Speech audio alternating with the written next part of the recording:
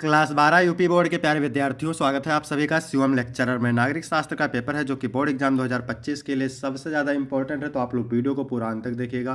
पूरा पेपर एकदम अच्छे से आंसर के साथ आपको बताने वाले हैं। समय 3 घंटे 15 मिनट होता है और पूर्णांक होता है मेरे प्यारे बच्चों 100 का। यहाँ पर थोड़ा सा निर्देश देख लेते हैं। निर्देश में क्या है? प्रारंभ के 15 मिनट परीक्षार्थियों को प्रश्न पत्र पढ़ने के लिए निर्धारित है। सभी प्रश्न अनिवार्य हैं। प्रत्येक प्रश्न के लिए निर्धारित अंक उसके सामने दिए गए हैं। प्रश्न संख्या 1 से 10 तक बहुविकल्पीय प्रश्न है। प्रश्न संख्या 11 से 20 तक अति लघु उत्तरीय प्रश्न है जिनका प्रत्येक उत्तर लगभग 10 शब्दों में देना है। और प्रश्न संख्या 21 से 26 तक लघु उत्तरीय प्रश्न फर्स्ट हैं जिनका प्रत्येक उत्तर लगभग 50 शब्दों में देना है। प्रश्न संख्या 27 से 30 तक लघु उत्तरीय प्रश्न सेकंड है जिनका प्रत्येक उत्तर लगभग 100 से 125 शब्दों में देना है। प्रश्न संख्या 31 से 32 दीर्घ उत्तरीय प्रश्न है जिनका उत्तर आपको 250 शब्दों में देना है। तो सभी लोग वीडियो को कर देंगे लाइक, चैनल पर नए होंगे चैनल को सब्सक्राइब कर देंगे, वीडियो को शेयर कर देंगे। ठीक है, चलिए शुरू करते हैं। सबसे पहले बहुविकल्पीय प्रश्न। इसमें मेरे प्यारे बच्चों प्रश्न नंबर 1 है। क्या कह रहा है? भारतीय संविधान में किस अनुच्छेद के तहत मूल अधिकारों की व्यवस्था की गई है? अनुच्छेद 12 से 35, अनुच्छेद 32 से 40, अनुच्छेद 48 से 52, अनुच्छेद 70 से 80।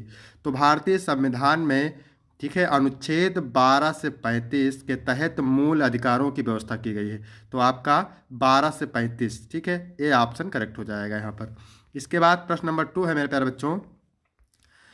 1984 में ऑपरेशन ब्लू स्टार किस राज्य में चलाया गया था? जम्मू कश्मीर कमेंट करेंगे, पंजाब, राजस्थान, दिल्ली। तो 1984 में ऑपरेशन ब्लू स्टार पंजाब राज्य में चलाया गया था। यहाँ पर बी ऑप्शन बिल्कुल करेक्ट हो जाएगा मेरे प्यारे बच्चों। इसके बाद तीसरा है, श्रीलंका में बहुसंख्यक वर्ग कौन सा है? सिंघली, तमिल, मुस्लिम, ईसाई। तो श्रीलंका में बहुसंख्यक वर्ग है सिंघली। ठीक है, अगर आपको इसका पीडीएफ चाहिए तो डिस्क्रिप्शन में लिंक आपको मिल जाएगी टेलीग्राम की, वहाँ से टेलीग्राम ज्वाइन कर लेंगे, आपको वहाँ पर पीडीएफ मिल जाएगी। इसके बाद 4 नंबर प्रश्न है मेरे प्यारे बच्चों। भारत में लोकसभा चुनाव में वोटिंग की प्रणाली क्या है? आरक्षण प्रणाली, भारत निर्वाचन आयोग द्वारा, प्रथम पास्ट द पोस्ट, प्रमुखता का दृष्टिकोण। तो भारत में लोकसभा चुनाव में वोटिंग की प्रणाली है प्रथम past the post, C option बिल्कुल करेक्ट हो जाएगा। 5 नंबर है, राज्य पुनर्गठन अधिनियम के आधार पर 1956 में कितने राज्य शामिल किए गए हैं? 14, 20 या 18 या 16। तो राज्य पुनर्गठन अधिनियम के आधार पर 1956 में मेरे प्यारे बच्चों 14 राज्य शामिल किए गए हैं। ये ऑप्शन करेक्ट हो जाएगा। वीडियो अच्छा लग रहा हो सभी लोग वीडियो को लाइक करेंगे, चैनल पर नए होंगे चैनल को सब्सक्राइब करेंगे। 6 नंबर है, भारतीय संसद का निम्न सदन कहलाता है? राज्यसभा, लोकसभा, विधानसभा, विधान परिषद। तो भारतीय संसद का जो निम्न सदन होता है वो लोकसभा कहलाता है। आपका बी ऑप्शन करेक्ट हो जाएगा। 7 नंबर है, संयुक्त राष्ट्र संघ का मुख्यालय स्थित है? न्यूयॉर्क में, रोम में, नई दिल्ली में, पेरिस में। तो न्यूयॉर्क ऑप्शन सही हो जाएगा, ऑप्शन नंबर ए। इसके बाद 8 नंबर है, भारतीय चुनाव आयोग की स्थापना कब हुई? 1950, 1949, 1956, 1947। तो भारतीय चुनाव आयोग की स्थापना हुई थी 1950 में। विश्व में 1991 की घटना क्या थी? सोवियत संघ का विघटन था, स्वतंत्र राज्य के राष्ट्रकुल का गठन था, बर्लिन की दीवार को तोड़ा जाना था, साख थेरेपी नीति का आयोग था। तो सोवियत संघ का विघटन था। ठीक है, सोवियत संघ का विघटन था 1991 की घटना। इसके बाद 10 नंबर है, क्या कह रहा है? निजाम का संबंध भारत के किस रियासत से माना जाता है? भोपाल, जम्मू कश्मीर, हैदराबाद, जूनागढ़। तो हैदराबाद से। ठीक है, निजाम का संबंध भारत के हैदराबाद रियासत से माना जाता है। यहाँ तक हो गए मेरे प्यारे बच्चों 10 बहुविकल्पीय प्रश्न। अब यहाँ हम बात करेंगे अति लघु उत्तरीय प्रश्न की। ठीक है, 10 शब्दों में उत्तर देना है और प्रत्येक उत्तर के लिए आपको 2 अंक मिलेगा। तो 11 नंबर प्रश्न कह रहा है, सुरक्षा से क्या तात्पर्य है? तो सुरक्षा का तात्पर्य है किसी व्यक्ति, समाज या वस्तु को संभावित खतरों, हानियों या जोखिमों से सुरक्षित रखना। इसके बाद 12 नंबर है मेरे प्यारे बच्चों, किन्हीं 2 अस्त्र नियंत्रण संधियों का नाम उल्लेख कीजिए। तो पहला संधि अस्त्र नियंत्रण संधि है परमाणु हथियार निषेध संधि, दूसरा है सामरिक शस्त्र कटौती संधि। 13 नंबर है, पृथ्वी सम्मेलन किस समस्या को लेकर आयोजित किया गया था? तो पृथ्वी सम्मेलन पर्यावरण संरक्षण और सतत विकास की समस्याओं पर आयोजित किया गया था। इसके बाद 14 नंबर है, साझी संपदा का क्या अर्थ है? तो साझी संपदा सभी के समान उपयोग की प्राकृतिक संपत्ति है।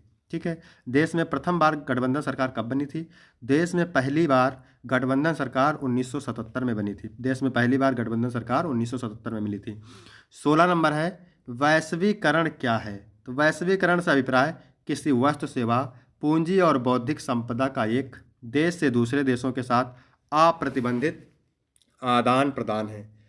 17 नंबर है, सिंडिकेट से क्या अभिप्राय है? सिंडिकेट का अभिप्राय है एक संयुक्त समूह जो वित्तीय या व्यावसायिक कार्यों में भाग लेता है। इसके बाद है 18 नंबर प्रश्न। क्या कह रहा है मेरे प्यारे बच्चों? देश के विभाजन से प्रभावित होने वाले दो राज्य, देश के विभाजन से प्रभावित होने वाले दो राज्य थे पंजाब और पश्चिम बंगाल। इसके बाद है अल्पमत सरकार किसे कहते हैं? अल्पमत सरकार उस सरकार को कहते हैं जिसमें कुल सदस्यों की तुलना में विपक्षी दलों की संख्या अधिक होती है, यानी उसे बहुमत प्राप्त नहीं होता है। ठीक है, अल्पमत सरकार उस सरकार को कहते हैं जिसमें कुल सदस्यों की तुलना में विपक्षी दलों की संख्या अधिक होती है, यानी उसे बहुमत प्राप्त नहीं होता। इसके बाद है 20 नंबर। मध्यावधि चुनाव किसे कहते हैं? मध्यावधि चुनाव उस चुनाव को कहते हैं जो नियमित चुनाव के बीच में कराया जाता है। ठीक है, जो नियमित चुनाव के बीच में कराया जाता है। इसके बाद है लघु उत्तरीय प्रश्न फर्स्ट। ठीक है, उत्तर मेरे प्यारे बच्चों 50 शब्दों में देना है। प्रत्येक उत्तर के लिए आपको 5 अंक मिलेगा। तो संयुक्त राष्ट्र संघ का निर्माण कब किया गया?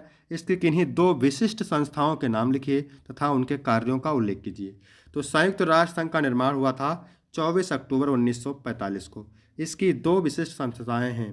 पहला है विश्व स्वास्थ्य संगठन WHO, वैश्विक स्वास्थ्य सुरक्षा, बीमारियों की रोकथाम और स्वास्थ्य सेवाओं का विकास। इसके बाद दूसरी है संयुक्त राष्ट्र बाल कोष। ठीक है, बच्चों की शिक्षा, स्वास्थ्य, पोषण और सुरक्षा के लिए कार्य करता है। इसके बाद है 22 नंबर प्रश्न। क्या कह रहा है? भारत के नागरिक के रूप में भारत के राष्ट्र संघ में अस्थायी सदस्यता क्यों होनी चाहिए? इसके पक्ष में 2 तर्क दीजिए। तो भारत को संयुक्त राष्ट्र सुरक्षा परिषद की स्थायी सदस्यता मिलनी चाहिए क्योंकि वैश्विक जनसंख्या और लोकतंत्र, भारत विश्व की सबसे बड़ी लोकतांत्रिक और दूसरी सबसे बड़ी जनसंख्या वाला देश है। अंतर्राष्ट्रीय प्रभाव, भारत आर्थिक शक्ति, शांति मिशनों और वैश्विक समस्याओं के समाधान में महत्वपूर्ण भूमिका निभाता है। इसके बाद है मेरे प्यारे बच्चों 23 नंबर। क्या कह रहा है? आसियान का निर्माण कब किया गया? क्या यह अपने उद्देश्यों की पूर्ति में सफल है? इसके पक्ष में अपने विचार स्पष्ट कीजिए। तो आसियान का निर्माण 8 अगस्त 1967 को हुआ। यह क्षेत्रीय शांति, आर्थिक विकास और सदस्य देशों के बीच सहयोग के उद्देश्यों में काफ़ी हद तक सफल रहा है। व्यापारिक एकीकरण, सांस्कृतिक आदान प्रदान और क्षेत्रीय स्थिरता को मजबूत करने में इसकी भूमिका सराहनीय है। हालांकि कुछ राजनीतिक विवाद अभी भी चुनौती बने हुए हैं। इसके बाद है मेरे प्यारे बच्चों 24 नंबर। क्या कह रहा है? स्वतंत्रता प्राप्ति के बाद एक दलीय प्रभुत्व प्रणाली का भारतीय राजनीति पर क्या प्रभाव पड़ा? स्पष्ट कीजिए। स्वतंत्रता के बाद भारत में एक दलीय प्रभुत्व प्रणाली विशेष रूप से कांग्रेस का वर्चस्व राजनीति पर गहरा प्रभाव डालती है।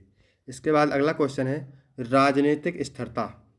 एक मजबूत नेतृत्व में स्वतंत्रता के बाद देश में स्थिरता और लोकतांत्रिक संस्थानों का स्थापना में मदद की। दूसरा है विकास और योजनाएं। विकास योजनाओं, औद्योगिकरण और समाज सुधारों को लागू करने में सहूलियत हुई। तीसरा है विपक्ष की कमजोर स्थिति। विपक्ष कमजोर रहा जिससे सरकार की नीतियों पर सीमित आलोचना हुई। इसके बाद अगला है सत्ता के केंद्रीकरण।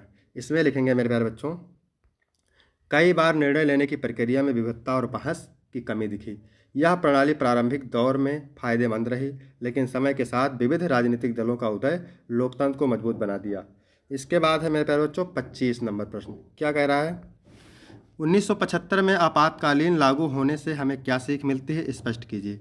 तो 1975 में भारत में लगाए गए आपातकाल से हमें कई महत्वपूर्ण लोकतांत्रिक सीख मिलती है। पहली सीख है लोकतांत्रिक संस्थाओं की रक्षा। आपातकाल ने दिखाया कि सत्ता के अति केंद्रित होने से लोकतंत्र खतरे में पड़ सकता है। मूलभूत अधिकारों का महत्व, नागरिक स्वतंत्रता और अभिव्यक्ति की आज़ादी जैसे अधिकारों की सुरक्षा हर परिस्थिति में आवश्यक है। सतर्क नागरिकता, जागरूक और सतर्क नागरिक लोकतंत्र को सशक्त बना सकते हैं और सत्ताधारियों की निरंकुशता को चुनौती दे सकते हैं।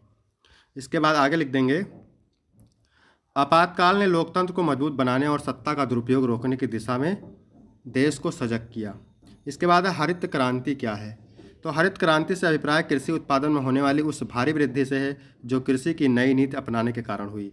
J.G. हारर के अनुसार हरित क्रांति शब्द 1968 में होने वाले उन आश्चर्यजनक परिवर्तनों के लिए प्रयोग में लाया जाता है जो भारत के खाद्यान्न उत्पादन में हुआ था तब तथा अब भी जारी है। हरित क्रांति ने से न केवल आर्थिक एवं सामाजिक बल्कि राजनीतिक ढांचा भी प्रभावित हुआ।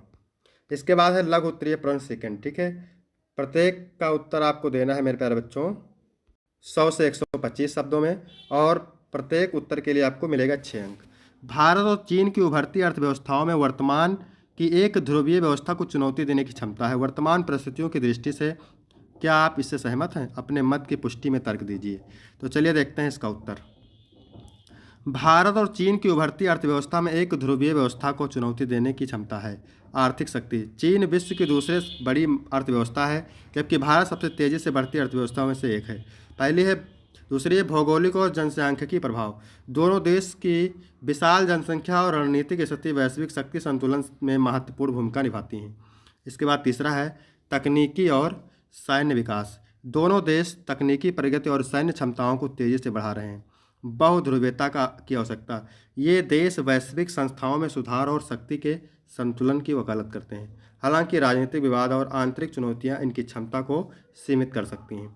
इसके बाद 28 नंबर क्या कह रहा है, शाक थेरेपी के 4 परिणाम लिखिए। शाक थेरेपी पूर्व सोवियत संघ और पूर्वी यूरोप में साम्यवादी अर्थव्यवस्था से बाजार अर्थव्यवस्था में तेज बदलाव की नीति थी। इसके 4 प्रमुख परिणाम हैं। पहला है आर्थिक असमानता। सरकारी संपत्तियों के निजीकरण से चंद लोगों ने भारी लाभ कमाया, जबकि अधिकांश जनता गरीबी में धकेल दी गई। इसके बाद दूसरा है उद्योगों का पतन। अचानक उदारीकरण के कारण पारंपरिक उद्योग प्रतिस्पर्धा का सामना नहीं कर सके और बंद हो गए। तीसरा है बेरोजगारी। सार्वजनिक क्षेत्र में कटौती और उद्योग बंद होने से बड़े पैमाने पर बेरोजगारी बढ़ी। चौथा है सामाजिक अस्थिरता। आर्थिक संकट ने समाज में अस्थिरता, अपराध और भ्रष्टाचार को बढ़ावा दिया। इसके आगे लिखेंगे, शाक थेरेपी के दीर्घकालिक प्रभाव ने कई देशों की अर्थव्यवस्था और समाज पर नकारात्मक असर डाला। इसके बाद है 29 नंबर क्या कह रहा है, भारत और चीन के बीच संबंधों में तनाव के कारणों का मूल्यांकन कीजिए। तो भारत और चीन के संबंधों में तनाव के प्रमुख कारण निम्न है। पहला है सीमा विवाद। अरुणाचल प्रदेश और अक्साई चीन क्षेत्रों को लेकर दोनों देशों में लंबे समय से विवाद जारी है। दूसरा है डोकलाम और गलवान संघर्ष। सीमा पर बार बार कई हुई झड़पों ने आपसी अविश्वास बढ़ाया। ठीक है, आपसी अविश्वास बढ़ाया। इसके बाद है चीन पाकिस्तान संबंध।